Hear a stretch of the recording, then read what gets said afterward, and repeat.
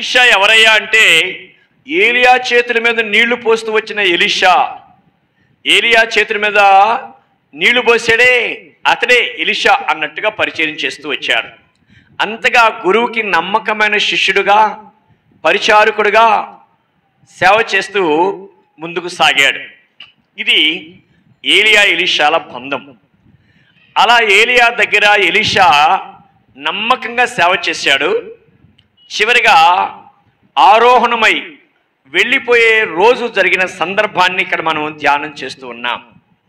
ఒక మాట చెప్పి ముందుకెళ్తాను. బైబిల్లో గురువులు శిష్యులు ఉన్నారు. గురువు శిష్యులు. గురువు శిష్యు బృందము చాలా ప్రాముఖ్యమైనది.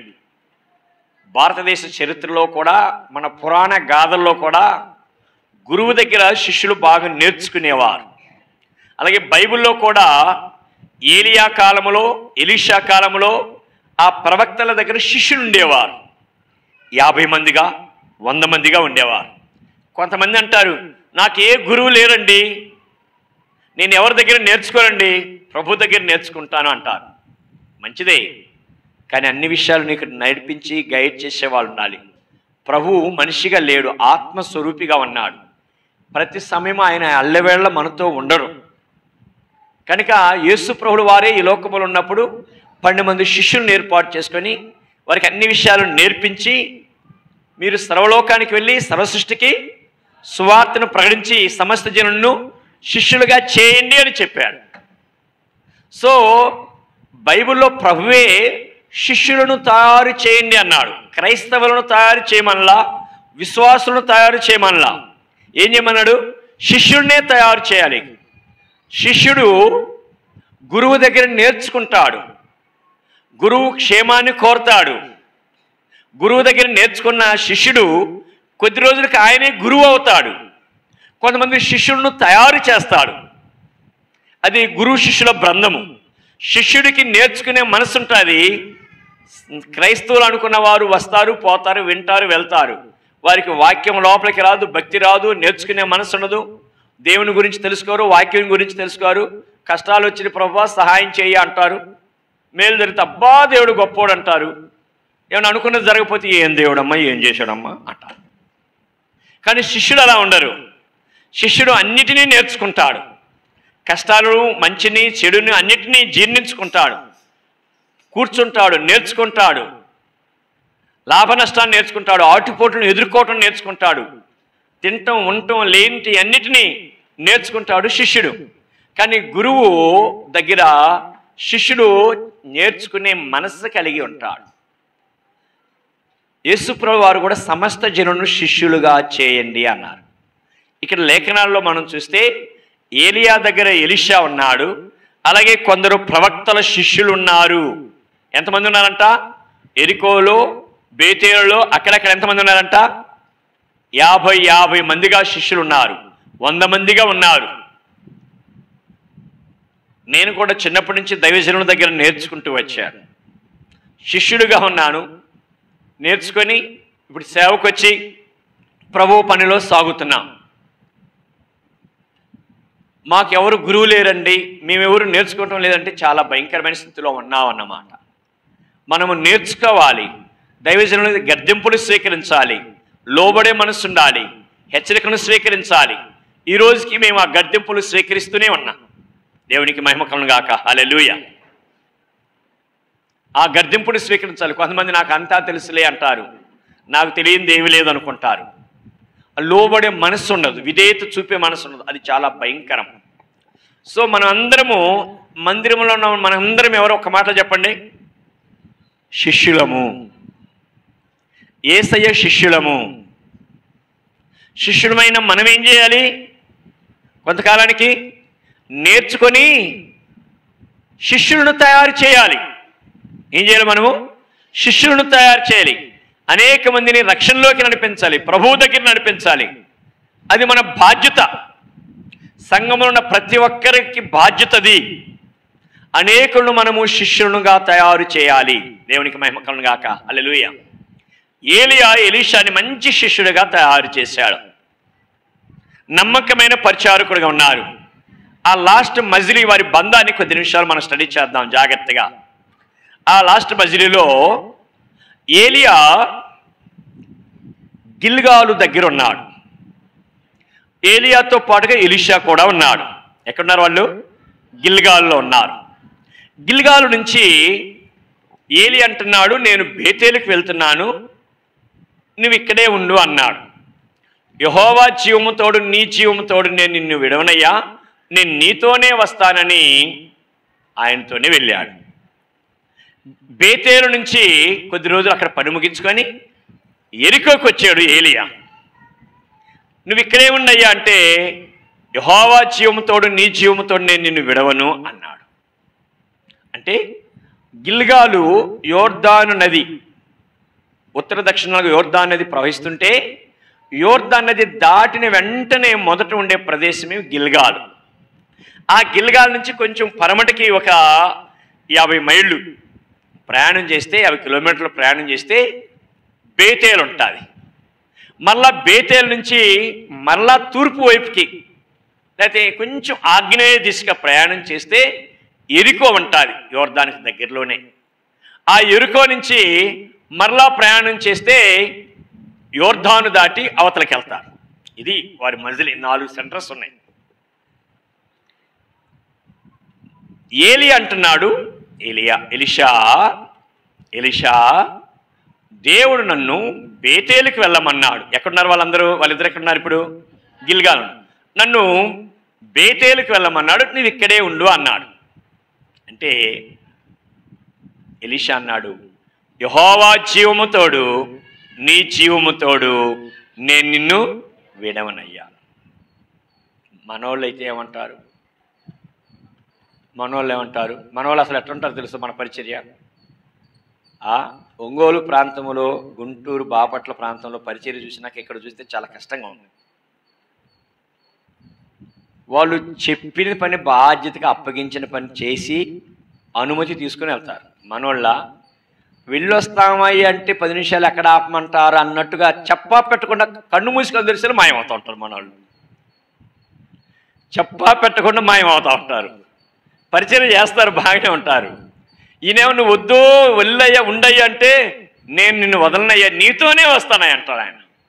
సరే వెళ్తావా అంటే, అదే అడిగి తొందరగా వెళ్దాం అనుకుంటున్నానయ్య అంటారు మనవాళ్ళు. ఎప్పుడెప్పుడు వెళ్ళాలనుకుంటున్నామా అన్నట్టున్నామా అంటారు మనవాళ్ళు. కానీ ఏలియా ఎలీషాల బంధంలో మనం గమనిస్తే, నేను వెళ్తున్నానయ్య అంటే నువ్వు ఇక్కడే ఉండంటే, యెహోవా జీవముతోడు నీ జీవముతోడు నేను నిన్ను విడవను. వాళ్ళిద్దరు కలిసి గిల్గాలు నుంచి ఎరుకోకు బేతేలుకు వచ్చారు. బేతేలులో వాళ్ళిద్దరూ పని ముగించిన తర్వాత ఏలి అంటున్నాడు, ఎలీషా నేను ఎరుకోకి వెళ్ళాలనుకుంటున్నాను, నువ్వు ఇక్కడే ఉండు అన్నాడు. ఈలోపు కొందరు ప్రవక్తల శిష్యులు వచ్చి అంటున్నారు, ఎలీషా మీ గురువు గారిని దేవుడు తీసుకుని వెళ్ళే సమయం ఆసన్నమైంది తెలుసా అంటే, ఆ సంగతి నాకు తెలుసులే, మీరు మౌనంగా ఉండండి అన్నాడు.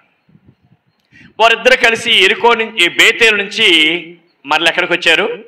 ఎరికోకు వచ్చారు. ఎరికోకు వచ్చినాక అక్కడ పని ముగించుకున్నాక మరలా అంటున్నాడు ఎలీషా నేను యోర్దాను అవతలకి వెళ్తున్నాను, నువ్వు ఇక్కడే ఉండు అంటున్నాడు. కానీ ప్రవక్తల శిష్యులు కూడా కొంతమంది అంటున్నారు, ఎరికోలో ఉన్నవారు కూడా, ఎలీషా మీ గురువు గారిని దేవుడు తీసుకుని వెళ్ళే సమయం ఆసనమైంది అన్నారు. ఆ సంగతి నాకు తెలుసులే, మౌనంగా ఉండండి అన్నాడు. ఇంకా అక్కడి నుంచి బయలుదేరి ఆయన వెళ్తుంటే, నువ్వు ఇక్కడే ఉండయి అంటే అంటున్నాడు, యెహోవా జీవముతోడు నీ జీవముతోడు నేను నిన్ను విడవను, నేను నీతోనే వస్తాను అంటున్నాడు. ఎన్నిసార్లు అన్నాడు ఇప్పుడు చెప్పండి? ఎన్నిసార్లు అన్నాడు? 3 సార్లు అన్నాడు. గిల్గాలు దగ్గర అన్నాడు, బేతేలు దగ్గర అన్నాడు, ఎరికో దగ్గర అన్నాడు. ముమ్మారు 3 సార్లు రమ్మని నేను కూడా రావాలనుకుంటున్నాను అయ్యా, మీరు పొమ్మన్నారు కాబట్టి పోతున్నానులే అని పోయేవాళ్ళు మన వాళ్ళు అయితే. కానీ ఈ ఎలీషా అలాంటి వాడు కాదు. పొమ్మన్నా పోయేవాడు కాదు, అంటి పెట్టుకొని ఉండేవాడు, గురువుని వెంబడిస్తూ ఉన్నవాడు, గురువుకు నీడలాగా ఉండేవాడు.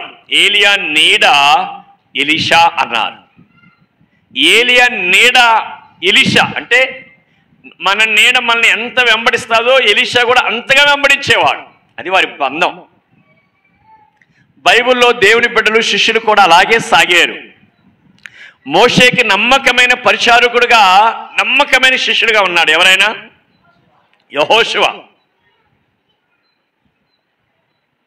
ప్రియ బెతస్త సంఘ సభ్యులారా, యవనస్తులారా, అలాంటి శ్రేష్టమైన భక్తి చేయటానికి నేర్చుకుందాం. అదే మనల్ని రెట్టింపు దీవెనలోనికి నడిపిస్తుంది. అదే రెండంతల ఆశీర్వాదంలోనికి నడిపిస్తుంది. మిగిలిన శిష్యులు ఉన్నారు, వారికి అంత లేదు. మిగిలిన వాళ్ళని ఎవరిని పట్టించుకోవాలి? ఎలీషా నేను నేర్చుకోవాలి, గురువు దగ్గర నుంచి సంపాదించుకోవాలి, పొందుకోవాలి, అది ఆయన తృష్ణ. మనము కూడా అలాగే వాక్యాన్ని, లేఖనాలను తెలుసుకొని నేర్చుకొని దేవునిలో ఎదగటానికి, దేవుని కొరకు జీవించడానికి, ప్రభువులో వర్ధిల్లటానికి మనం సిద్ధపరచుకోవాలి.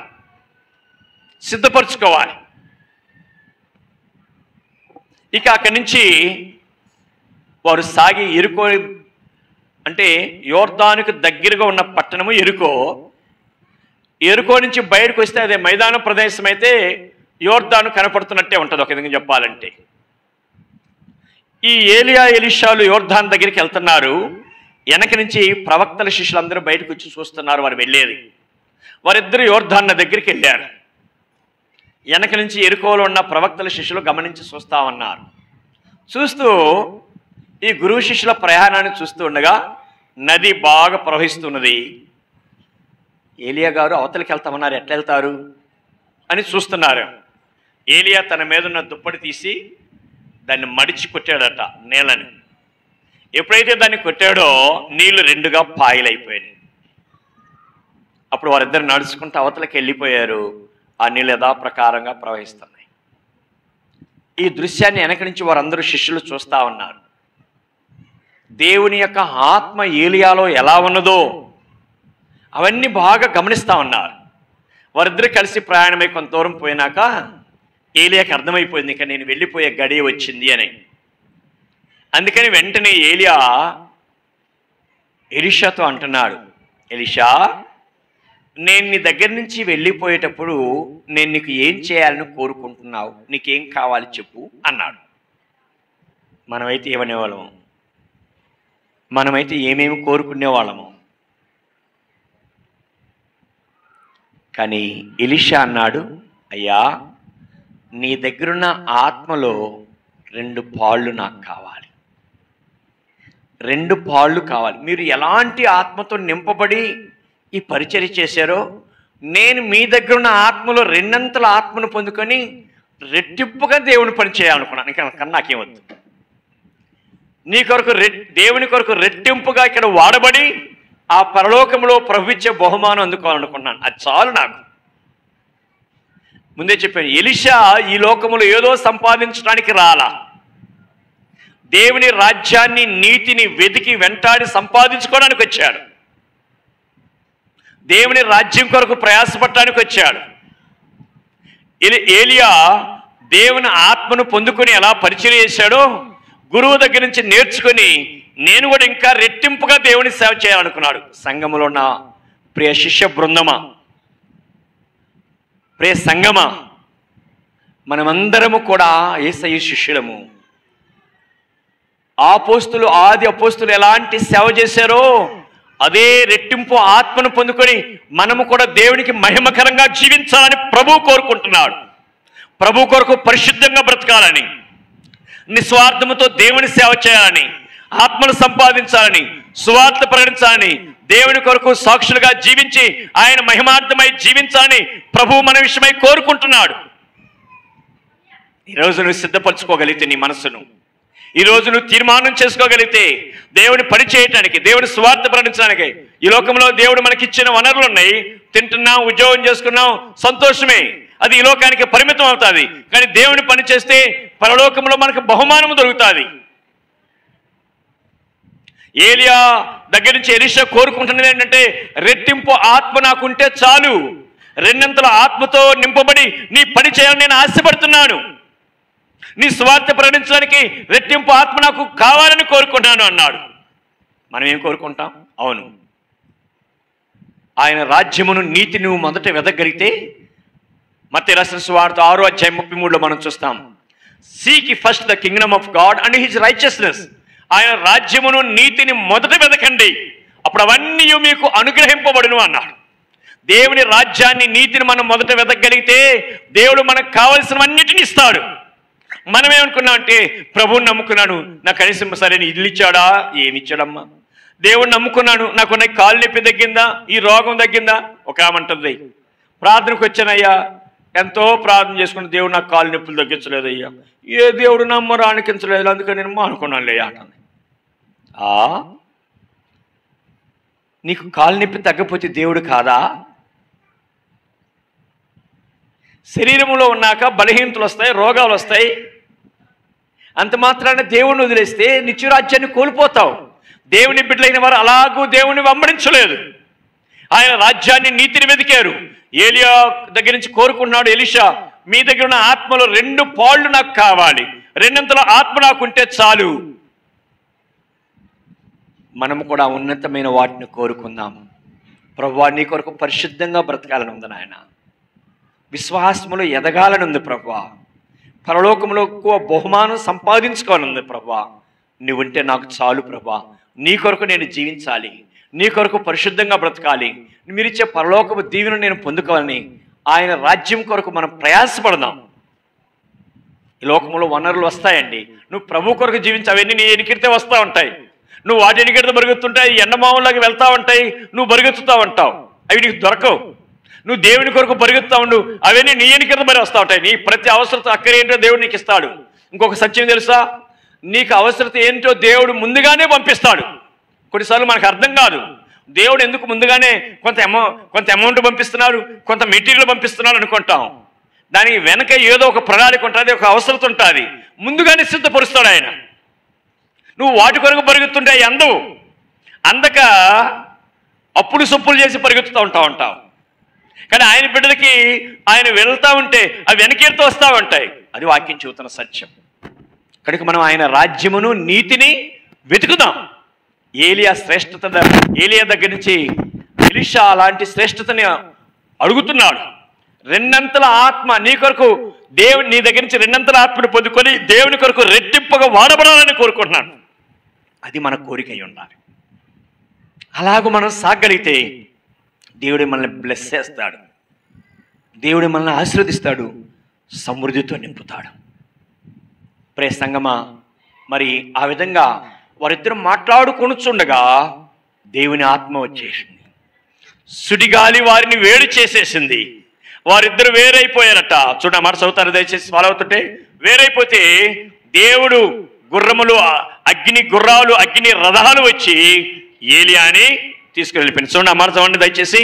వారు ఇంకా వెళ్ళుచు మాట్లాడుచుండగా ఇదిగో అగ్ని రథమును అగ్ని గుర్రమును కనబడి వీరిద్దరిని వేరు చేసెను. అప్పుడు ఏలియా సుడిగాలి చేత ఆకాశమునకు ఆరోహణమాయెను. వారిద్దరు మాట్లాడుకొనిచుండగా అగ్ని రథాలు గుర్రాలు వచ్చినాయి, వారిద్దరిని వేరు చేసేసినాయి అట. అవును, దేవుడు ఎవరిని తీసుకెళ్లాలో వారినే తీసుకెళ్తాడు. వారిద్దరు వేరు కాకపోతే ఏమవుతారు? ఇద్దరు వెళ్ళాలి, ఇద్దరు వెళ్ళిపోవాల్సి వచ్చింది. కానీ ఏలియా పని ముగించింది, ఎలీషా పని ప్రారంభించవలసి ఉన్నది. ఎలీషా పరిచర్య ప్రారంభం అవుతున్నది. ముందున్న దైవజనులు పని ముగించి వెళ్ళారు, ఇప్పుడున్న మనం ప్రారంభించాలి, మన పని ప్రారంభించాలి. ముందున్న వారు చేసి వెళ్ళారు, మన పెద్దలు చేసి పరిచర్య చేసి వెళ్ళారు, మన పితరులు చేశారు, మిషనరీలు చేశారు. ఏలియా చేశాడు, ఆయన పని అయిపోయింది, దేవుడు వారిని వేరు చేశాడు, ఇంకా ఉండరు, వారి పని ముగించుకుని వారు వెళ్ళిపోయారు. మిగిలిన ఏలియా నుంచి ఎలీషాని వేరు చేశాడు. ఎందుకు? ఆయన పని ఉంది ఇక్కడ, ఆయన సేవ చేయాలి, ఆయన వాడబడాలి. నిన్ను ఉంచుతున్నాడు దేవుడు, ఎందుకు? నీ ద్వారా పని ఉంది, నువ్వు సేవ చేయాలి, నువ్వు వాడబడాలి, నువ్వు దేవునికి కావాలి, నువ్వు ప్రభువు కావాలి, నీ ద్వారా ఆయనకి పని ఉంది. నిన్ను వాడుకోవడానికి ఇష్టపడుతున్నాడు, నువ్వు ఆయన సువార్త ప్రకటించాలని, ఆత్మను సంపాదించాలని దేవుడు కోరుకుంటున్నాడు. అందుకే నిన్ను ఉంచాడు ఇక్కడ.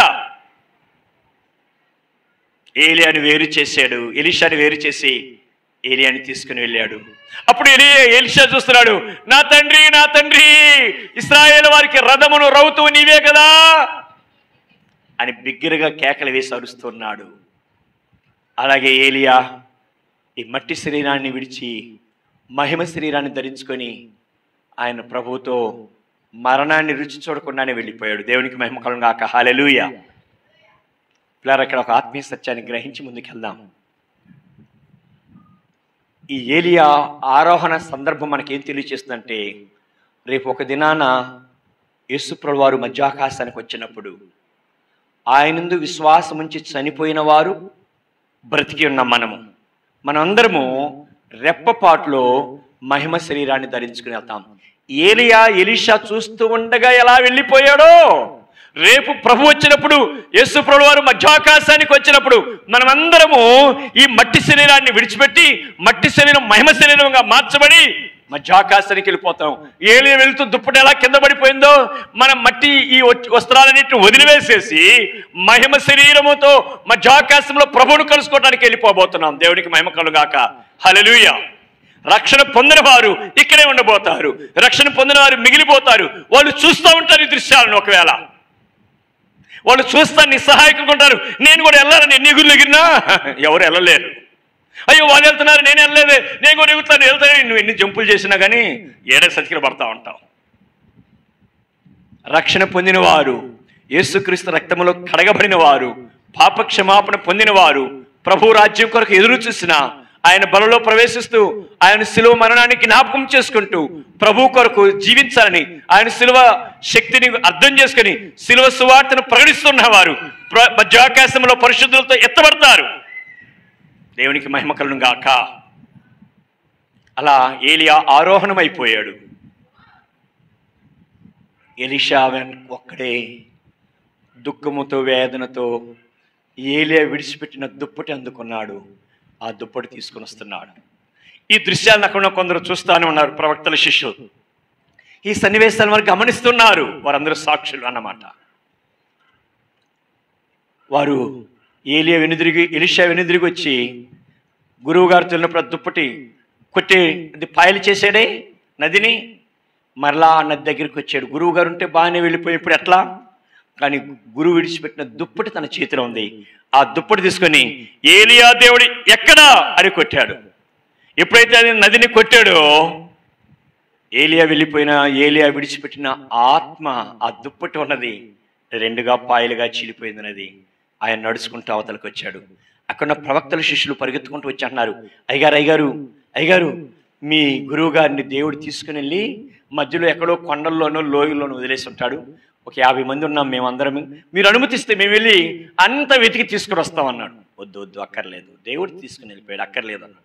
లేదయ్యా మేము వెళ్తామయ్యా, ఆయన అక్కడ ఉంటాడు, ఆఖరికి ఇబ్బంది పడతాడు, కష్టపడతాడు, మీరు అనుమతి ఇవ్వండి, మేము పోయేస్తాం, వెతుకుతాం అన్నట్టుగా మాట్లాడారు. సరే పొండి అన్నాడు. సరే పొండి అన్నప్పుడు వారు వెళ్ళి మొత్తం వెతికి 3 దినాలు వెతికారంట. ఈలోపు ఆయన ఎరికో దగ్గర ఉన్నాడు. ఎరికోలోనే ఉన్నాడు ఎలీషా. అన్ని 3 దినాలు తిరిగి అయ్యా ఎక్కడ లేడయ్యా, తిరిగి వచ్చామన్నాడు.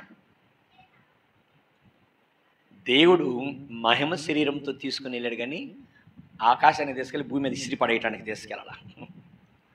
దేవుడు మనల్ని తీసుకుని వెళ్ళేది తనతో ఉంచుకోవటానికి తీసుకెళ్తున్నాడు, తనతో సహవాసం చేయటానికి తీసుకెళ్ళటానికి రాబోతున్నాడు. ఆయన కుడిపార్శ్వములను కూర్చోబెట్టబోతున్నాడు.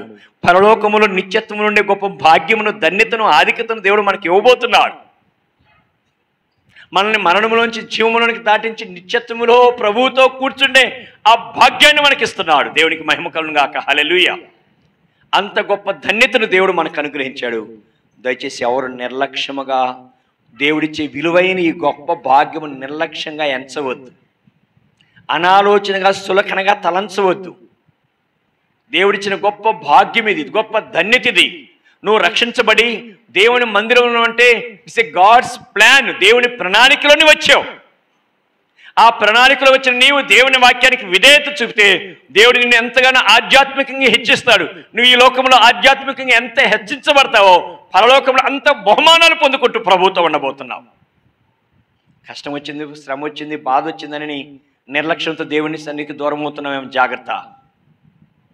ఆ పనులు ఈ పనులు ఉన్నాయని దేవుని సన్నిధిని అలక్ష్యం చేస్తున్నామేం జాగ్రత్త. అన్నిటికన్నా విలువైనది దేవుని సన్నిధి. దేవుని సన్నిధి తర్వాత ఏదైనా నువ్వు విలువగా ఎంచుకోవాలి. దేవుని స్థానాన్ని ఎన్నడూ తగ్గించకూడదు. ఆ విధముగా ఏలియా ఆరోహణమయ్యాడు. ఎలీషా తిరిగి వచ్చి పరిచర్య ప్రారంభించాడు. ఈ సందర్భంలో ఈ జరిగిన సన్నివేశంలో ఒక 4 ముఖ్యమైన ప్రదేశాలు మనం చూసాం. ఈ 4 ఆత్మీయ అర్థాలతో మనం కొద్ది నిమిషాలు ధ్యానం చేసి ముగిస్తాం. 4 ప్రదేశాలు ఉన్నాయి.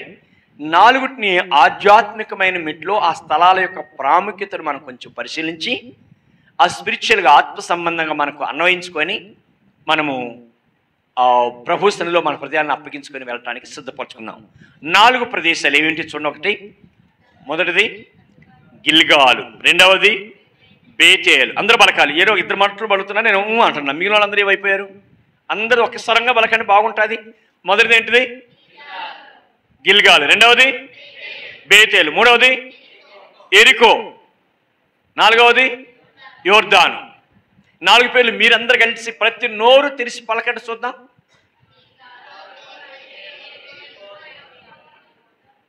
కొంతమంది బలికారు, కొంతమంది బలకల. నా వెనక బలకండి గట్టిగా. గిల్గాలు, బేతేలు. నా వెనక బలకమంటే ముందు బలుకుతాడు ఎవరైనా. బేతేలు, ఎరికో, యోర్దాను. గిల్గాలు, బేతేలు, ఎరికో, యోర్దాను. ఇప్పుడు ఆ 4 ప్రదేశాలను మనం ధ్యానంలోనికి తీసుకుందాం. చూడండి, మొదటి భాగంలోనికి వద్దాం దయచేసి. చదవండి. మొదటి వచనం. సుడిగాలి చేత ఏలియాను ఆకాశమునకు ఆరోహణము చేయింపబో కాలమున ఏలియాయు ఎలీషాయు కూడి గిల్గాలు నుండి వెళ్ళుచుండగా. ఎక్కడి నుంచి? గిల్గాలు నుండి వెళ్ళుచుండగా. ఈ 4 ప్రదేశాలు 4 ఆత్మీయ అర్థాలతో మనం కొంచెం లోతుకెళ్ళి స్టడీ చేయగలిగితే ప్రతి ఒక్కరము గిల్గాలు అనుభవంలోనికి రావాలి. ఎప్పుడైతే ఆ శ్రేష్టతలో మనం ప్రయాణం సాగిస్తామో ఆధ్యాత్మికంగా, అప్పుడు ప్రభు ఇచ్చే రెట్టింపు దీవెన పొందుకుంటాం. ప్రభు కొరకు రెట్టింపుగా వాడబడగలం. ఏంటి గిల్గాలు అనుభవం? యెహోషువ గ్రంథము 5వ అధ్యాయం 9వ వచనం చదువుదాం. యెహోషువ గ్రంథము 5వ అధ్యాయము 9వ వచనం చదివితే గిల్గాలు అనుభవం ఏంటో మనం జాగ్రత్తగా గమనించవచ్చు. చూడండి, యెహోషువ గ్రంథము 5వ అధ్యాయము 9వ వచనం. అప్పుడు యెహోవా నేడు నేను ఐగుప్తు అవమానమును మీ మీద నుండకుండా దొర్లించి వేసి ఉన్నాను యెహోవాతో అనెను. అందుచేత నేటి వరకు ఆ స్థలమునకు గిల్గాలు అని పేరు. దీని అర్థాన్ని జాగ్రత్తగా చెప్తాను వినండి. ఇశ్రాయేలు ప్రజలు, మా వినాలి జాగ్రత్తగా. ఇశ్రాయేలు ప్రజలు ఐగుప్తు దేశములో 430 సంవత్సరాలు నివసించి యోసేపు మరణానంతరము వారు ఒక బానిసలుగా గుర్తించబడ్డారు. చివరికి ఇశ్రాయేలీలు అంటేనే ఐగుప్తు బానిసలు, ఫరో బానిసలు అనే పేరు. ఎవరయ్యా ఈ గుంపు అంటే, మోషే నాయకత్వంలో 40 సంవత్సరాలు వాళ్ళు ప్రయాణం చేస్తున్నా ఎవరయ్యా ఈ గుంపు అంటే వాళ్ళు ఏమని చెప్పేవాళ్ళు? వెంటనే ఐగుప్తు బానిసలండి, ఫరో బానిసలండి అనేవాళ్ళు. ఇప్పుడు ఎవరయ్యా ఈ గుంపు అని మన గురించి ఏమంటారు? వారు ప్రభు శిష్యులండి, పరిశుద్ధ సంఘమండి అని చెప్పాలి మన గురించి. వారు ప్రభు రక్తంలో కడగబడిన వారండి, ప్రభు కొరకు సాక్షులండి, పరిశుద్ధ జనమండి అని చెప్పాలి. అలాగే ఐగుప్తులోంచి బయలుదేరి వారు వస్తూ ఉంటే వారిని ఏమనే వాళ్ళంటే వాళ్ళు ఆ చుట్టుపక్కల ఉన్న ఆ మిజ్జానీయులు, ఆ యొక్క యుదోమీయులు కానీ, మోయాబీలు కానీ, అమ్మోనీయులు కానీ, అమోరీలు కానీ, ఆ చుట్టుపక్కల ఉన్న ప్రాంతాల వాళ్ళంతా ఏమనేవారంటే వీరిని, ఎవరయ్యా వీరంటే వీరు ఐగుప్తులో బానిసలుగా ఉండి వచ్చిన వారు అనేవారు. అయితే మోషే నాయకత్వం తర్వాత యోర్దాను నది దాటి యెహోషువ నాయకత్వంలో పరమటకు వచ్చారు. వచ్చి అక్కడ ఒక మజిలీ వేశారు. ఆ స్థలంలో, ఆ మజిలీ వేసిన స్థలంలో వారు దేవుని కొరకు వారు ప్రత్యేకంగా సమర్పించుకున్నారు. వారు సున్నతి చేసుకున్నారు. పస్కా పండుగను ఆచరించారు. 40 సంవత్సరాలు మన్నాను తిన్నవారు మొట్టమొదటిసారిగా ఆ దేశపు పంటను తిన్నారు. సో ఆ ప్రదేశానికి వచ్చిన తర్వాత వారికి ఉన్న నింద దొర్లిపోయింది వారి మీద నుంచి. ఐగుప్తు బానిసలని నింద నది దాటి యువతలకు వచ్చినాక ఆ నింద దొర్లిపోయింది. అప్పటి వరకు వారిని ఐగుప్తు బానిసలనే వాళ్ళు, ఇప్పుడు వారు స్వతంత్రులు అయ్యారు. ఎప్పుడైతే ఆ నింద దొర్లిపోయిందో ఆ స్థలానికి గిల్గాలు అని పేరు పెట్టారు. దేవునికి మహిమ కలుగాక. హల్లెలూయా. ఆ నింద అప్పటి వరకు ఉన్నది. ఎవరు వీరు అంటే ఐగుప్తు బానిసలు అనే నింద ఉండేది.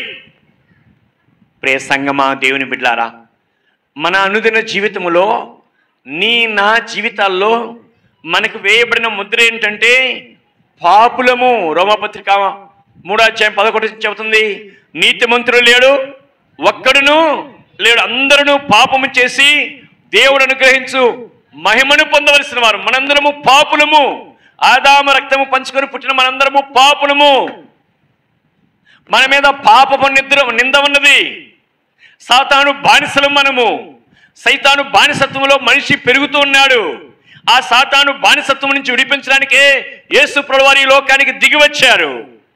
మనకున్న నిందను దొర్లించడానికి ఆయన మనకి రావాల్సిన ఆ శిక్షను ఆయన భరించాడు. మనకి రావాల్సిన నిందలన్నీ ఆయన భరించాడు. శ్రమలు భరించాడు, అవమానాలు భరించాడు, కష్టాలు భరించాడు.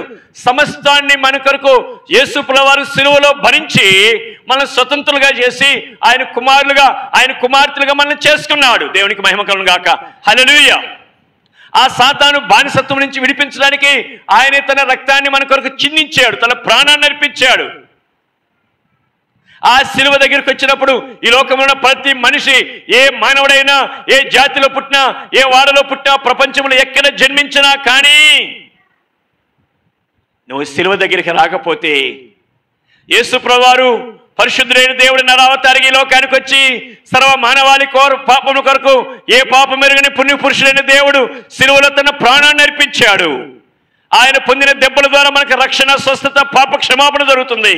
నీ పాపం పోవాలంటే యేసు సిలువ దగ్గరికి వచ్చి పాపిని ఒప్పుకుంటే ఆయన కాచిన పరిశుద్ధ రక్తములో నీ పాపములన్నింటినీ కడిగివేసి నిన్ను నీతిమంతుడిగా చేస్తాడు. నీ పాపము దొర్లిపోయే గడియ స్థలము ప్రభు సిలువ. నువ్వు సిలువ దగ్గరికి రావాలి. అప్పుడే ఆ పాపము నింద దొర్లిపోతుంది. ఇక్కడ ఉన్న వారిలో ఎవరైనా ఇంకా మారు మనసు పొందకపోతే, యేసుక్రీస్తు రక్తంలో కడగబడపోతే, పాపిని గ్రహించుకోకుండా కేవలం ప్రార్థనకు వచ్చిన వారైతే, అమ్మా బాబు వినండి, యేసు ప్రభువు వారు మన కొరకు ప్రాణాన్ని అర్పించాడు. ఎవరైతే నేను పాపిని గ్రహించుకొని వారి పాపములు యేసు ప్రభు దగ్గర ఒప్పుకుంటారో ఆయన కార్చిన పరిశుద్ధ రక్తములో నీ పాపమును కడిగి వేస్తాడు. నేను నీతిమంతులుగా, నీతిమంతురాలుగా చేస్తాడు. యేసు రక్తము, యోహాను రాసిన మొదటి పత్రిక 1వ అధ్యాయం 7వ వచనం చెబుతుంది, యేసు రక్తము ప్రతి పాపము నుండి మనల్ని, అందరూ పలకండి కొటేషన్, అందరూ పలకండి, నిద్ర వచ్చేవాళ్ళు అందరూ పలకండి, యేసు రక్తము ప్రతి పాపము నుండి మనల్ని పవిత్రులుగా చేయను. యేసు రక్తమే మన పాపముని కడిగివేసేది, మనకున్న నింద నుంచి విడిపించేది. యాత్రికుని ప్రయాణం ఒక పుస్తకం ఉన్నది. యాత్రికుని ప్రయాణం. అంతకుముందు మన యవనస్తులు కూడా ఒక నాటిక వేశారు. ఒకడు జాన్ బనీ అనే భక్తుడు రాశాడు ఈ పుస్తకాన్ని. బైబిల్ తర్వాత ఎక్కువగా ముద్రించబడిన గ్రంథం అది, ఎక్కువ పుస్తకాలు. ఆ యాత్రికుని ప్రయాణంలో ఒకడు గ్రంథాన్ని చదువుతూ నేను పాపినని గ్రహించి ఆ పాపపు నాశనపురము నుంచి పరమపురానికి ప్రయాణం అయ్యాడు. వాడు ప్రయాణం అవుతుంటే వాడి వీపు మీద పెద్ద పాపపు భారము మూట కట్టుకుని వెళ్తూ ఉంటాడు. ఆ మూటతో వాడు వెళ్తుంటే మార్గ మధ్యంలో ఎన్నో ఆటంకాలు, అవాంతరాలు వస్తాయి. రాక్షసుడే పొలంలోనికి వెళ్తాడు. నిరాశ అనే రాక్షసుని పొలంలోనికి వెళ్తాడు. నిరాశ రాక్షసుని పొలంలోకి వెళ్తే అక్కడ నిరాశ, నిస్పృహలు. మన విశ్వాస భక్తి యాత్రలో కూడా కొన్నిసార్లు ఏవి ఎదురవుతా ఉంటాయి మనకి? నిరాశలు, నిస్పృహలు. ముందుకు సాగలేం, కృంగిపోతాం, భారం, వేదన, దుఃఖము అవన్నీ వస్తుంటాయి.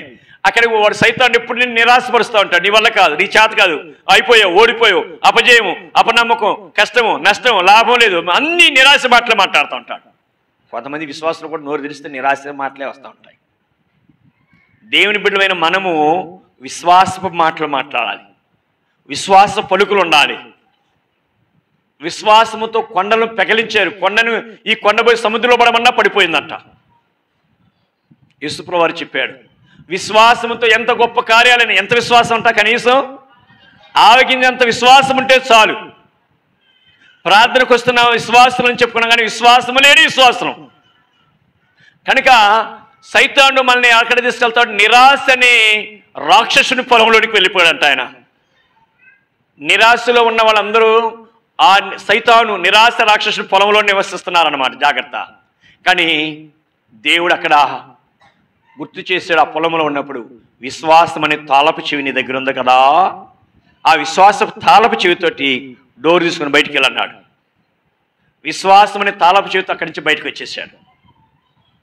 అలాగే ప్రయాణమే వెళ్తుంటే ఎన్నో సమస్యలు, నిరాశలు, నిస్పృహలు, అల్లరి సంత, అల్లరి మోక అవి దాటుకుని వెళ్ళాడు. ఇంకా సిలువ దగ్గరకు వచ్చిందని వెళ్ళే సమయానికి దారి మధ్యలో ఆ పక్క ఇక్క 2 సింహాలు కట్టేసి ఉన్నాయంట. అవి గాండ్రిస్తూ ఉన్నాయి. గుండె జల్లు అన్నది. అమ్మో వెళ్తే చీల్చేస్తాయి, ఇక ముందుకు వెళ్ళలేను అన్నట్టున్నాడు. ముందుకు వెళ్ళాను, మళ్ళీ వెనక్కి తిరిగి వెళ్దామా? ఇంత సుదీర్ఘ ప్రయాణం చేసి మళ్ళా ఎక్కడ వెనక్కి వెళ్ళగలను? ముందుకే వెళ్ళగలను, కానీ వెనక్కి వెళ్ళలేను. ముందుకు వెళ్దామంటే ఏమున్నది? ఆ పక్క ఈ పక్క సింహాలు ఉన్నాయి, కట్టివే ఉన్నాయి. ఆడకి వెళ్తే ఎక్కడ పైన పడి సీల్ చేస్తాయని భయం వేస్తుంది. కానీ ముందు నుంచి ఒక స్వరం వినపడుతుంది, భయపడగాకు, ఆ సింహాలు నిన్నేమీ చేయలేవు. ఆ సింహాలు బంధించబడి ఉన్నవి, కట్టివేయబడి ఉన్నాయి. కుడి ఎడమలకు తొలగక సాగిరా అని వినపడుతుంది. అప్పుడు ధైర్యం తెచ్చుకొని ముందుకు అలాగే సాగి అడుగులు వేశాడు. అవేం చేయలేకపోయినాయి. మన జీవితంలో అలాంటి బెదిరింపులు వస్తూ ఉంటాయి. ధైర్యంతో వాక్యమును చూస్తూ దేవుని మాటలు ఎందుకు విశ్వాసం ఉంచు సాగితే యాత్రలో సాగాలం. ఆ యాత్రికుడు అలాగే ప్రయాణం చేసి సిలువ దగ్గరికి వెళ్ళాడండి.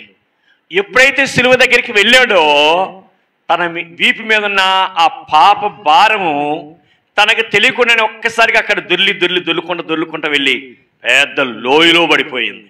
దేవునికి మహిమ కలుగును గాక. హల్లెలూయా. ఆ పాపపు భారము దొర్లిపోయింది. కలవరి సిలువ దగ్గరే మన పాపపు నింద, పాపపు భారము దొర్లిపోగలదు. అది గిల్గాలు అనుభవం. ఆ గిల్గాలు దగ్గర ఇశ్రాయేలుకున్న బానిస ముద్ర దొర్లిపోయింది. ఐగుప్తు బానిసలనే నింద దొర్లిపోయిన గడియ సిలువ, ఆ గిల్గాలు. సంఘంలో ఉన్న ప్రతి ఒక్కరము గిల్గాలు అనుభవంలో ఉండాలి. రక్షించబడిన కొందరు గిల్గాలు అనుభవంలో ఉన్నారు. ఇంకా కొందరు ప్రార్థనకు వస్తూ రక్షణ అనుభవం లేనివారు, యేసుక్రీస్తు రక్తములో కడగబడిన ప్రతి ఒక్కరు నువ్వు గిల్గాలు అనుభవంలోనికి రాలేదు. నీ వీపు మీద పాప భారాన్ని మోస్తున్నావు, కానీ సిలువ దగ్గరికి వచ్చి నీ పాపాలు ఒప్పుకొని ఆ పాప భారాన్ని ఇంకా దించుకోలేదేమో. ఈరోజే ఆ పాప భారాన్ని దించుకోవాలంటే విరిగిన హృదయంతో ప్రభు పాదాల మీద పడి పాపిలను ఒప్పుకో, పశ్చాత్తాపంతో ప్రార్థన చేయి, పాప భారం చేసి ప్రభావాన్ని విడిపిస్తాడు. అపరాధిని యేసయ్యా కృప చూపి బ్రోవోమయ్యా, అపరాధిని యేసయ్యా కృప చూపి బ్రోవోమయ్యా, నెపమేంచకయని కృపలో, నెపమేంచకయని కృపలో నపరాధములను క్షమించు, నపరాధములను క్షమించు, అపరాధిని యేసయ్యా కృప చూపి బ్రోవోమయ్యా. మన పాపములన్నిటి నుంచి విడుదల పొందే స్థలము సిలువ. ఇంకా రక్షణ పొందకుండా ఉన్నావా తల్లి? మారు మనసు పొందలేదా? బాప్తిసం తీసుకోలేదా? ఎంతకాలం కాలయాపన చేస్తావు? ఎంతకాలం నిర్లక్ష్యంగా ఇంకా చూద్దామలే టైం ఉందని అనుకుంటా ఉంటున్నావు? జాగ్రత్త, రేపు మనది కాదు. బైబిల్ చెబుతుంది ఇదే అనుకూల సమయము, ఇదే రక్షణ దినము. రేపు నీది కాదు. నీవు దేవుడు నీతో మాట్లాడుచుండగానే నీ హృదయాన్ని సమర్పించుకొని మారు మనసు పొంది పాప క్షమాపణ పొంది ప్రభు కొరకు జీవించడానికి సిద్ధపరచుకో. ఇన్ని మేళ్లు చేశాడు దేవుడు నీ జీవితంలో. ఇంత గొప్ప దేవుడిని నమ్మి ఎవరి కొరకు నీవు ఇంకా రక్షించబడకుండా బాప్తిసం తీసుకోకుండా ఇంకా కార్యాపణ చేస్తున్నావు. నీ బంధువులు ఎవరు నిన్ను రక్షించలేరు, ఎవరు నిన్ను నరకంలో నుంచి తప్పించలేరు. రక్షణ అనేది వ్యక్తిగతమైనది, ఇది మతం కాదు, పరలోకానికి మార్గము. నీ హృదయంలో జరిగిన ఈ మార్పును బహిరంగ సాక్ష్యం ఇవ్వటమే బాప్తిసము. బాప్తిసం ఇచ్చి బాప్తిసం తీసుకొని ప్రభు బలలో ప్రవేశిస్తూ ఆయన రక్త మాంసాల్లో ప్రవేశిస్తూ ప్రభు కొరకు సాక్షిగా జీవించు. ప్రభు ఇచ్చే శ్రేష్టతలో పరిపూర్ణంలో నిత్యత్వములో యుగయుగాలు దేవునితో ఉండగలం. ఆ శ్రేష్టమైన రాజ్యం కొరకు ప్రతి ఒక్కరూ సిద్ధపడాలని ప్రేమతో మనం చేస్తున్నాం. రెండవదిగా వారు గిల్గాలు నుంచి ఎక్కడికి వెళ్ళారట? బేతేలుకు వెళ్ళారు. బేతేలు గురించి కొద్ది నిమిషాలు జాగ్రత్తగా చూద్దాం. బేతేలు అనుభవం ఆది కాండంలో మనం గమనిస్తే ఆది కాండం 28వ అధ్యాయము 17-18 వచనాలు చూస్తే యాకోబు అనే వ్యక్తి ఆ బేతేలు దగ్గర పండుకున్నాడు. చూడండి 17-18 వచనాల్లో, భయపడి ఈ స్థలము ఎంతో భయంకరము, ఇది దేవుని మందిరమే కాని వేరొకటి కాదు, పరలోకపు గవిని ఇదే అనుకొనెను. ఇది దేవుని మందిరమే కాని వేరొకటి కాదు, పరలోకపు గవిని ఇదే అనుకొనెను. తెల్లవారినప్పుడు యాకోబు లేచి తాను తలగడగా చేసుకున్న రాయిని నిలబెట్టి దానిని స్తంభముగా నిలిపి దాని కొన మీద నూనె పోసి మరియు అతడు ఆ స్థలమునకు బేతేలు అని పేరు పెట్టెను. ఏంటి కథా సందర్భం చెప్తా వినండి. బేతేలు అనగా దేవుని మందిరము. ఎల్ బేతేల్ అనగా ఇదే దేవుని మందిరము అని అర్థం. ఈ బేతేలు అనుభవం జాగ్రత్తగా వినండి. ఈ కథ విన్నాక మీకు అర్థమవుతుంది. యాకోబు మరి అబ్రహాము మనముడు, ఇస్సాకు రెండవ కుమారుడు. ఆ కనాను దేశములో హెబ్రోను లేక బెర్షెబా ప్రాంతంలో నివసిస్తున్నప్పుడు తండ్రి నిన్ను దీవిస్తానని పెద్ద కుమారుడు చెబితే పెద్ద కుమారుని స్థానంలో చిన్న కుమారుడిగా వెళ్ళి తండ్రి దీవెనలు పొందుకున్నాడు. అన్నకి కోపం వచ్చింది. పెద్దవాడి దీవెనలు చిన్నవాడు పొందుకుంటే అన్నకి కోపం వచ్చి ఎక్కడ యాకోబు చంపుతానన్నాడు. అప్పుడు తల్లిదండ్రులే భయపడి యాకోబు ఖచ్చితంగా చంపుతాడురా వీడిని భయపడి తల్లిదండ్రులు పిలిచి, నువ్వు ఇక్కడి నుంచి దూరదేశము సిరియా దేశానికి వెళ్ళి మీ మామయ్య అయిన లాబానున్నాడు, ఆయన హారానులే ఉన్నాడు, అక్కడికి వెళ్ళి ఆయన కుమార్తెలు పెళ్లి చేసుకుని తలదాసుకుని ఆయన ఇక్కడున్నావంటే వాడు నిన్ను చంపుతాడు, వాడు శాపగ్రస్తుడు, నువ్వు చనిపోయి మేము పుత్రులు లేని వారంగా మిగిలిపోతామని భయంతో పంపించారు. అప్పుడు యాకోబు ప్రాణాలను గుప్పిట్లో పెట్టుకొని గడగడ వణుకుతూ ఒక దిన ప్రయాణం చేశాడు. ఎక్కడికి వెళ్ళాలో తెలియదు, ఏ ఊరు వెళ్ళాలో తెలియదు. వెళ్ళిన ప్రదేశంలో మేలు జరిగిద్దో కీడు జరిగిద్దో, దీవెన ఉంటుందో కష్టం ఉంటుందో నష్టం ఉంటుందో ఎలా ఉంటుందో ఏమీ తెలియదు. భయాందోళనతో వెళ్తూ ఆ రాత్రి పొద్దుగుంకి నాకు ఒక స్థలం దగ్గర తలవాల్చుకొని ఒక రాయిని తలగడగా పెట్టుకొని నిద్రపోతున్నాడు. నిద్రపోతూ ఉండగా ఆ రాత్రి అతనికి ఒక దర్శనం కనపడుతుంది. ఆ దర్శనంలో ఆకాశం నుంచి భూమికి నిచ్చెన వేయబడింది. ఆ నిచ్చెన మీద నుంచి దూతలు పైకి ఎక్కుచూ కిందకు దిగుతూ ఉన్నారు. ఆది కాండం 28వ అధ్యాయం 17-18 వచనాలు చూస్తున్నాం. దేవదూతలు పైకి ఎక్కుచూ కిందకు దిగుతూ ఉన్నారు. పైకి ఎక్కుతూ కిందకు దిగుతున్న ఆ దృశ్యాన్ని చూస్తున్నాడు యాకోబు. అబ్బా ఎంత అద్భుతంగా ఉంది ఈ దృశ్యం అని చూస్తూ ఉండగా పైనుంచి దేవుడు మాట్లాడుతున్నాడు. ఏమని మాట్లాడుతున్నాడు చూడండి.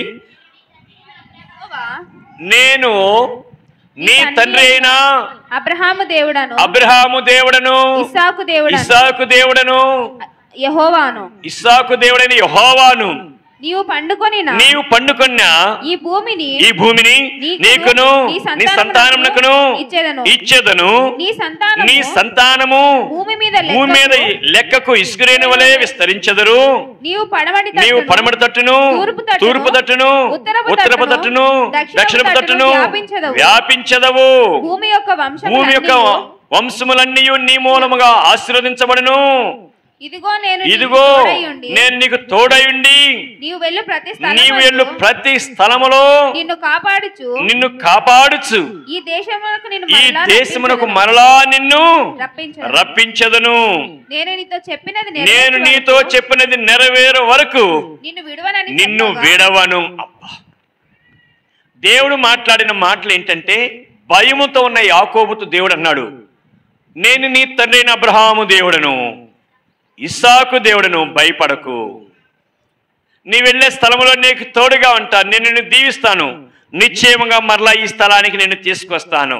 ఈ స్థలంలో తూర్పుకి, పడమటికి, ఉత్తరానికి, దక్షిణానికి నువ్వు విస్తరిస్తావు, వ్యాపిస్తావు. నిన్ను దీవిస్తాను, నిన్ను ఆశీర్వాదకరంగా చేస్తాను, నిన్ను అనేకులకు దీవెనకరంగా నేను చేస్తాను. నీ ద్వారా అనేక జనాలు ఆశీర్వదించబడతారు, నిన్ను గొప్ప జనముగా చేస్తాను, నేను నీతో ఉంటాను, ఇవన్నీ నెరవేరే వరకు నేను నిన్ను విడవను అన్నాడు. దేవునికి మహిమకరంగా హల్లెలూయా. ఇప్పుడు యాకోబు పరిస్థితి ఎట్లా ఉంటుంది ఒకసారి చెప్పండి. యాకోబు నిద్ర లేచిన తర్వాత ఎంత ఆనందము, ఎంత దుఃఖముతో పడుకున్నాడో అంత ఆనందం వచ్చింది, అంత సంతోషం ఉంది. ఆనందంతో లేచి తన తలగడిగా పెట్టుకున్న రాయిని నిలబెట్టి దాని మీద నూనె పోసి, ఈ స్థలము దేవుని మందిరమే కాని వేరొకటి కాదు అని చెప్పి, దేవా నీవు నాకు తోడుగా ఉంటే, నేను వెళ్ళిన ప్రదేశంలో ఆశీర్వదిస్తే, మరలా నేను ఇక్కడ తిరిగి వస్తే నీ మందిరాన్ని నిర్మిస్తాను. ముఖ్యంగా నీవు నన్ను దీవించి ఆశీర్వదించిన వాటన్నిటిలో నుండి నీకు 10వ భాగము, 10వ భాగం తీస్తానయ్యా. నాకు 100 గొర్రెలు ఇస్తే 10 గొర్రెలు ఇస్తాను, 10,000 గొర్రెలు ఇస్తే నీకు 1000 గొర్రెలు ఇస్తాను, నువ్వు నాకు 1,00,000 గొర్రెలు ఇస్తే 10,000 గొర్రెలు ఇస్తాను, అన్నిట్లో 10వ భాగం ఇస్తానని ఒప్పుకొని అక్కడి నుంచి బయలుదేరాడు. ఇక్కడ ఒక నిమిషం నిలబడదాం. బేతేలు అనగా దేవుని మందిరము.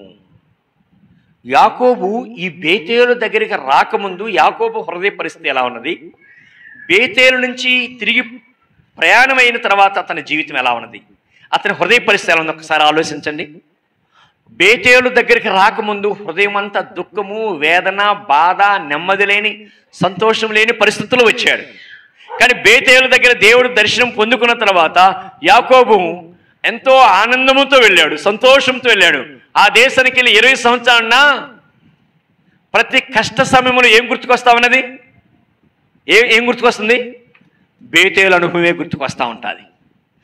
క్రిటికల్ పొజిషన్లో ఎండకి ఎండుతున్నప్పుడు, గాలికి వానకి ప్రాణాపాయం వచ్చినప్పుడు, అయ్యో ఈ క్లిష్ట పరిస్థితులు నేను ఏమైపోతాను అనుకున్నప్పుడల్లా ఏం గుర్తుకొస్తూ ఉంటుంది?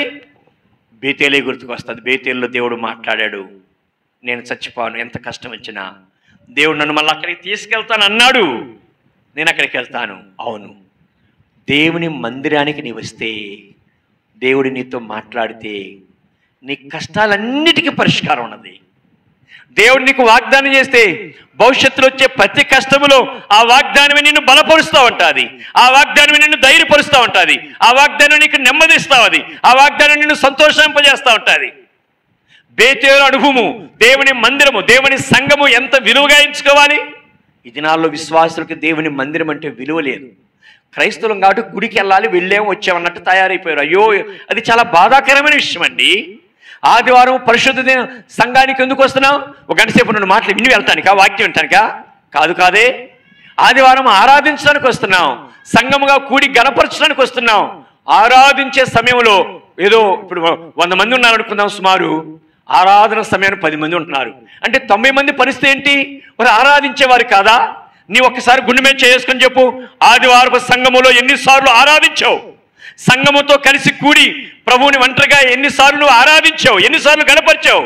లేదు అంటే ఆరాధన అయిపోయినక్కడ వస్తున్నావు, వాక్య టయానికి వస్తున్నావు, లాస్ట్లో ముఖం చూపించల్దామని వస్తున్నావు, అటెండెన్స్ సేల్స్కి వస్తున్నావు. ఆరాధన అంటే ఆరాధించడానికి ఆదివారము పరిశుద్ధ దినము సంఘముతో కలిసి కూడి ప్రభువును ఆరాధించడానికి వచ్చే సమయం ఇది. సంఘముగా మొదటి పాటలు పాడుతున్నారు, తర్వాత కొద్ది నిమిషాలు 1, 2, 3, 4, 5 ఆరాధిస్తున్నారు. అలా ఇప్పుడు ఆరాధించే కొద్దిమంది ఆరాధిస్తున్నారు, మిగిలిన వారందరూ ఆరాధించేది ఎప్పుడు?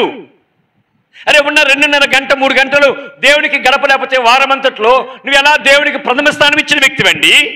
అదే డ్యూటీకి గంట లేటుగా వెళ్ళి ఊరుకుంటారా? మందిరానికంటే ఆలస్యంగా వస్తావు. దేవుని సన్నిధికి వస్తే దేవుడు మాట్లాడతాడు, సమాధానం దొరుకుతుంది, నెమ్మది దొరుకుతుంది, ఆశీర్వాదం దొరుకుతుంది. మనకున్న ప్రతి సమస్యకు పరిష్కారం ప్రభు సన్నిధిలోనే ఉన్నది. అట్టి గొప్ప దేవుని సన్నిధిని నువ్వు నిర్లక్ష్యం చేస్తే ఎలా అలక్ష్యం చేస్తూ నీ సమయాన్ని వృధా చేసుకుంటే దేవునికి ఒక దినాన్ని నువ్వు లెక్క అప్పగించవలసిన వ్యక్తిగా ఉంటావు కదా. దేవుని మందిరము సమస్యలన్నిటికీ పరిష్కారము, భయాందోళన తొలగించే స్థలం అది. దేవుడు మాట్లాడే స్థలం అది. దేవుని స్వరం విన్న స్థలం అది. దేవునితో ఒడంబడిక చేసుకున్న స్థలం అది. బేతేలు అనగా దేవుని మాటలు విని ఆదరణ పొందిన స్థలము, నిరీక్షణ పొందిన స్థలము, ముందొచ్చే సమస్యలన్నిటికీ హోప్, నిరీక్షణ ఇచ్చే స్థలము దేవుని మందిరము. అట్టి దేవుని మందిరానికి చాలామంది తలనొప్పి వస్తుందని ఏం బోధాలను కూర్చున్నారు. జాగ్రత్త. బెడ్ రెస్ట్లో ఉంటే తప్పితే ఆదివారం ఎట్టి పరిస్థితుల్లో నిర్లక్ష్యం చేయవద్దు. నీవు మంచం మీద నుంచి లేగవలేని పరిస్థితులు ఉంటే తప్ప ఆదివారాన్ని నిర్లక్ష్యం చేయవద్దు. కొంతమంది ఆసక్తిగా దేవుని సన్నిధిలో ఆరాధించేవారు ఉన్నారు. అట్టి వారిని బట్టి ప్రభువును స్తుతిస్తున్నాం. మిగిలిన వారందరూ, మిగిలిన 90% కూడా ఆ స్థాయికి ఎదగాలని దేవుడు కోరుకుంటున్నాడు. మీరే సంఘానికి మూల స్తంభాలండి. మీ ద్వారానే దేవునికి మహిమ రావాలి. మీ ద్వారా వెనకున్న మనందరి ద్వారా వెనకున్న వారందరికీ మనం ఆశీర్వాదకరంగా ఉండాలి, అందరికీ మాదిరికరంగా ఉండాలి. అనేకులు ప్రభు దగ్గర నడిపించే శిష్యులుగా ఉండాలి. మనం ఇదో లెక్కకెళ్ళి ముందు పోయి ఏం చేస్తామండి, ఆడ పాటలేగా పాడేది, ప్రార్థనేగా చేసేది, టైం ఉందిలే పోదాములే, పాస్ట్గా వచ్చి ఇంకా టైం పట్టిందిలే. ఎంత అవివేకములు ఉన్నావు. సైతాను ఆటలకు నువ్వు కీలు బొమ్మలాగా ఆడుతున్నావు. జాగ్రత్త. దేవుని సన్నిధిని విలువగా ఎంచుకొని ప్రప్రదంగా నేను మందిరంలో ఉండాలన్నట్టు రావాలి. దేవుని సన్నిధిలోనే మనకు జవాబు, అక్కడే నిరీక్షణ, సమస్యలకు పరిష్కారము, ఆదరణ దొరికేది దేవుని మందిరములోనే. ఆరాధించే స్థలం అది, ప్రభువును గణపరిచే స్థలము, కృతజ్ఞత కలిగి ఆయన చేసిన మేలుకై కృతజ్ఞతలు చెల్లించే స్థలం అది, సంఘముగా కూడి ఆరాధించే స్థలం అది. ఈ స్థలమును, ఈ సమయమును విలువగా ఎంచుకొని ప్రభువుతో గడిపితే యాకోబులే మనం నెమ్మది పొందుకుంటాం. యాకోబులే సమాధానంతో వెళ్తాం. యాకోబులే దేవుని యొక్క దీవెనతో వెళ్ళగలం. యాకోబు అక్కడ హృదయాన్ని లేసి ఆ వేదన దుఃఖాలన్నీ వెళ్ళిపోయి కృతజ్ఞతతో అర్పణలు అర్పిస్తున్నాడు. ప్రభువా, నీవు నన్ను దీవిస్తే నా రాబడి అంతటిలో, మాట చదువుతారు అక్కడ ఒక మాట, నా రాబడి అంతటిలో నీకు 10వ భాగం చెల్లిస్తాను అని ఒప్పుకున్నాడు. ఎక్కడ నేర్చుకున్నాడు ఇది? ఎక్కడ నేర్చుకున్నాడు? యాకోబుకి ఎవరు చెప్పారు? వారి తాతగారైన అబ్రహాము నేర్పించాడు. 14వ అధ్యాయంలో చూస్తాం. వారి తాత అయిన అబ్రహాము మరి తనకొచ్చిన రాబడిలో నుంచి 10వ భాగమును షాలేము రాజు అయిన మెలికిసెదెక్కి ఇచ్చాడు. ప్రధాన యాజకుడుగా ఉన్న మెలికిసెదెక్కి ఇచ్చాడు. అది తాత దగ్గర నుంచి నేర్చుకున్నాడేమో, తాతల దగ్గర నుంచి. కనుక ఆ మాట అంతకుముందు ఎక్కడ లేఖనం, ధర్మశాస్త్రం లేదు, వారికి ప్రసంగం చేసి చెప్పిన వాళ్ళు లేరు. కానీ దేవుడు నన్ను దీవిస్తే నేను దేవునికి ఇస్తానని ఒప్పుకున్నాడు. నిజమే ప్రియ దేవుని బిడ్డలారా, మనం కృతజ్ఞతలు అర్పించే స్థలము, ప్రభువుతో మనకి కృతజ్ఞతలు తెలియజేసుకునే సమయము బేతేలు అనుభవం. సంఘములో మనం అందరము కలిసి క్రమము తప్పకుండా సంఘారాధనలో పాలు పంపులు పొందుతూ ఆయన సన్నిధికి రావటం నేర్చుకుందాం. మూడవదిగా బేతేలు నుంచి వారు ఎక్కడికి వచ్చారు? ఎరికోకు వచ్చారు. ఎరికో యెహోషువ గ్రంథములో మనం చూస్తే, యెహోషువ గ్రంథము 6వ అధ్యాయములో 20వ వచనంలో మనం చూస్తాం. ఇశ్రాయేలు ప్రజలు ఎరికో పట్టణానికి వచ్చినప్పుడు అది పెద్ద కోటగోడతో బలమైన కోటలాగా ఉన్నది. అయితే ఇశ్రాయేలు అందరూ 7 దినాలు దాని చుట్టూ ప్రదక్షిణ చేసి 7 దినాన అందరూ కలిసి ఒక్కసారిగా బిగ్గరగా అరిచారు, ప్రభువును మహిమపరిచారు, దేవుడు చెప్పిన క్రమానికి విధేయత చూపారు. ఎరికో కోటగోడలు ఒక్కసారిగా కూలిపోయినాయి. శత్రు అందరిని హతమార్చి విజయ పరంపరలతో ముందుకు సాగారు. మన జీవితంలో మరి ఎలాంటి ఎరుకో కోటగోడ లాంటి సమస్యలు ఎదురైనా ఆయన ఆరాధించే వారంగా మనం ఉన్నప్పుడు, ఆయన గణపరిచే వారంగా మనం ఉన్నప్పుడు దేవుడు మనల్ని దీవిస్తాడు, ఆశీర్వదిస్తాడు. ఎంత కోటగోడ లాంటి సమస్యలైనా కూలిపోతాయి. మనం విజయ పరంపరలతో ముందుకు సాగలం. ఎరుకో అనుభవంలో కూడా మనం సాగటం అంటే ఆయన ఆరాధించడం నేర్చుకుందాం. ఆయన మహిమపరచడం నేర్చుకుందాం, ఆయన ఘనపరచడం నేర్చుకుందాం. ఆయన మహిమపరుస్తూ ఆరాధించితే ప్రభు ఇచ్చే శ్రేష్టతలో సాగలము. 4వదిగా యోర్దాను అనుభవం. యోర్దాను నది మనం విన్నాం ఇప్పటి వరకు. అది యెహోషువ కాలంలో కూడా యాజకుల పాదములు తగిలిన వెంటనే అది 2 పాయలుగా చీలిపోయినాయి. 3వ అధ్యాయంలో మనం ఆ మాట చూస్తాం. 3వ అధ్యాయంలో యెహోషువ గ్రంథం 3వ అధ్యాయం 16వ వచనంలో వారు పాదములు తగిలిన వెంటనే అది 2 పాయలుగా చీలింది. యెరికో యోర్దాను నది యేసు ప్రభు కాలములో బాప్తిస్మం తీసుకున్న స్థలం. స్థానికుడైన యోహాను బాప్తిస్మం ఇస్తూ వచ్చాడు. వారందరికీ బాప్తిస్మం ఇచ్చిన స్థలము యోర్దాను నది. ఆ యోర్దాను నదిలో ప్రభు బాప్తిస్మం తీసుకుంటూ అన్న మాట ఏంటంటే, నీతి యావత్తు ఎలాగూ జరిగించవలసి ఉన్నది, నీతి యావత్తు ఎలాగూ చేయవలసి ఉన్నది అన్నాడు. సో రక్షణ పొందిన నీవు దేవుని మందిరానికి క్రమంగా వస్తూ ఆయన ఆరాధిస్తూ బాప్తిస్మం తీసుకొని ఆయన బలలో ప్రవేశించినట్టయితే ప్రభు ఎప్పుడు వచ్చినా, పిలుపు ఎప్పుడు వచ్చినా పరిశుద్ధులతో నువ్వు ఎత్తబడే వారి జాబితాలో ఉంటావు. పరలోక మహిమను అనుభవిస్తూ ఉంటావు. ప్రభు కృపలో వర్ధిల్లగలవు. అటు శ్రేష్టతలో, సంపూర్ణతలో, పరిపూర్ణతలో సాగటానికి, వర్ధిల్లటానికి, ప్రభు యొక్క జీవమును అనుభవించడానికి శిలువ దగ్గరికి వద్దాం. మన హృదయాన్ని కుమ్మరించుదాం. బేతేలు అనుభవంలోనికి వద్దాం. గిల్గాలు అనుభవంలోనికి వద్దాం. వీరిన హృదయంతో ప్రార్థన చేసుకొని నీ సన్నిధిలో ఎంతో వెనకబడి ఉన్నాను, నిర్లక్ష్యంగా నన్ను క్షమించు ప్రభుని పశ్చాత్తాప హృదయంతో ప్రభు పాదాల మీదకి వద్దాం. రండి, మోకరించండి, ప్రార్థన చేసుకుందాం. సంగమంగా కూడి కొద్ది నిమిషాలు అందరము మోకరించగలిగిన వారందరూ మోకరించండి.